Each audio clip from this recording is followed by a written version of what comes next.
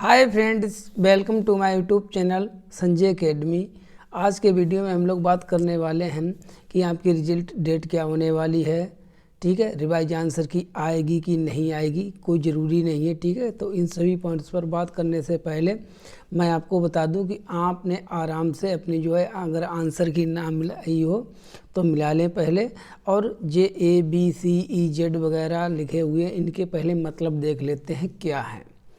देखिए, आपको आराम से मिलानी कैसी थी, जैसा कि हमने वीडियो के माध्यम से बता भी दिया था कि जे आप यहाँ पर आप आराम से देख लेना कि आपका जो सेट नंबर है OMR में वही सेट होना चाहिए आंसर की में, उसी को मिलाएं। और यहाँ पर पहले मैथ है, अगर सेकेंड पेपर की हम बात कर रहे हैं, अगर आपका मैथ हो तो मैथ मिलाइए, अगर आपकी SST है तब आप अपनी SST का मिलान कीजिए बहुत बारीकी से। और CDP वाले जो इसमें जो क्वेश्चन हैं वो क्वेश्चन नंबर 1 से लेके जो 30 तक के हैं वो हैं CDP वाले। ठीक है, जैसे जी आप देख रहे हैं तो ये जो क्वेश्चन हैं 30 तक ये हैं CDP के। फिर इसके बाद ये मैथ के 31 से शुरू हो जाएंगे 90 तक, ये मेन है मैथ की। इसी प्रकार से SST वाली होगी। तो ये CDP वाले तो सेम ही रहेंगे, बस अपना सेट देख लेना कौन सा है। इसके बाद आपको लैंग्वेज इंग्लिश हिंदी को मिलान करना है। इंग्लिश और जो हिंदी लैंग्वेज होती है, चाहे संस्कृत लैंग्वेज, दोनों एक में ही लिखी होती, फर्स्ट और सेकेंड लैंग्वेज है। तो जिसकी जैसे हिंदी फर्स्ट है जिसकी, तब उसकी पता कहाँ पर होगी, उसकी होगी क्वेश्चन नंबर 91 से लेके 120 तक। और जिसकी इंग्लिश सेकेंड लैंग्वेज है, इंग्लिश अगर किसी की सेकेंड है तो उसकी होगी क्वेश्चन नंबर 121 से लेके 150 तक। इस प्रकार से आपको मैच करना था। अब देखिए यहाँ पर जो लिखा है आप ABC वगैरह, इसका मतलब क्या है। अगर कहीं पर A लिखा है तो उसका मतलब है पहला, अगर कहीं पर B लिखा है तो इसका मतलब है, या जैसे यहाँ कहीं पर अगर B लिखा हुआ होता तो उसका मतलब होता है कि जो क्वेश्चन का ऑप्शन दूसरा और पहला दोनों सही है। और C का मतलब है पहला और तीसरा सही है।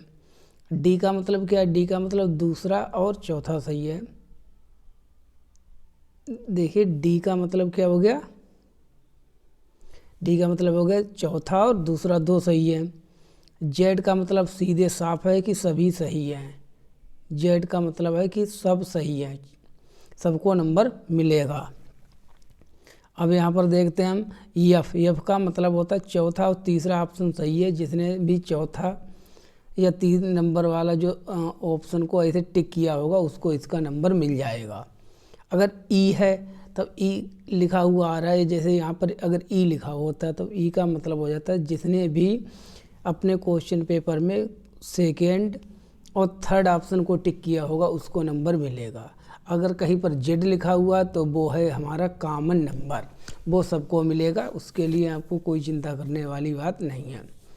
अब देखिए Z को छोड़कर ABCDEF, अगर J कहीं पर लिखा तो J केवल उनको ही नंबर लिखा हुआ है जिसने J वाले ऑप्शन को टिक किया रहेगा। ठीक है, तो आई होप समझ गए होंगे। बहुत बारीकी से मिलान करें, ऊपर नीचे हो जाता है तो ये इधर का उधर हो जाता है। अब हम देखिए, हम लोग इन इम्पोर्टेंट पॉइंट्स पर बात करने वाले हैं।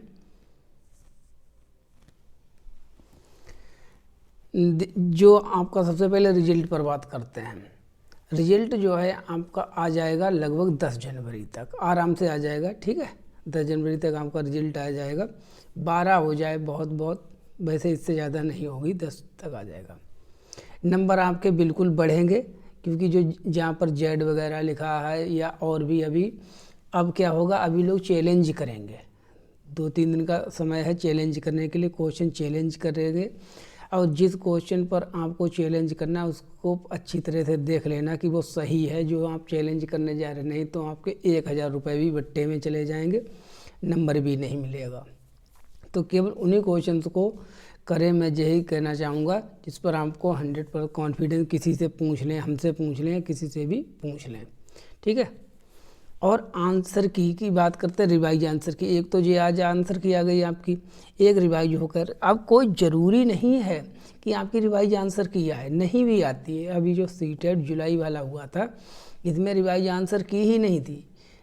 मतलब बच्चों को पता भी नहीं चला कि उन्होंने जो बेचारों ने चैलेंज किया था वो बड़ा सही माना गया, गलत माना गया, सीधे रिजल्ट दे दिया।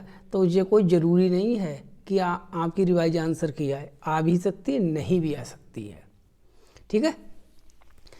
अगर किसी के 89 बन रहे हैं, 81 बन रहे हैं, 88 बन रहे हैं, 87 बन रहे हैं, 80 बन रहे हैं, तब जैसे जो किसी ने अगर क्वेश्चन को वो किया है, चैलेंज किया है, अगर वो क्वेश्चन सही मान लिया गया तो उसका नंबर मिलेगा सबको। जब सबको नंबर मिलेगा तो उनके भी नंबर ऑटोमेटिकली जो है बढ़ जाते हैं। तो इसीलिए रिजल्ट में आपके 2-1 नंबर बढ़ के ही आते हैं।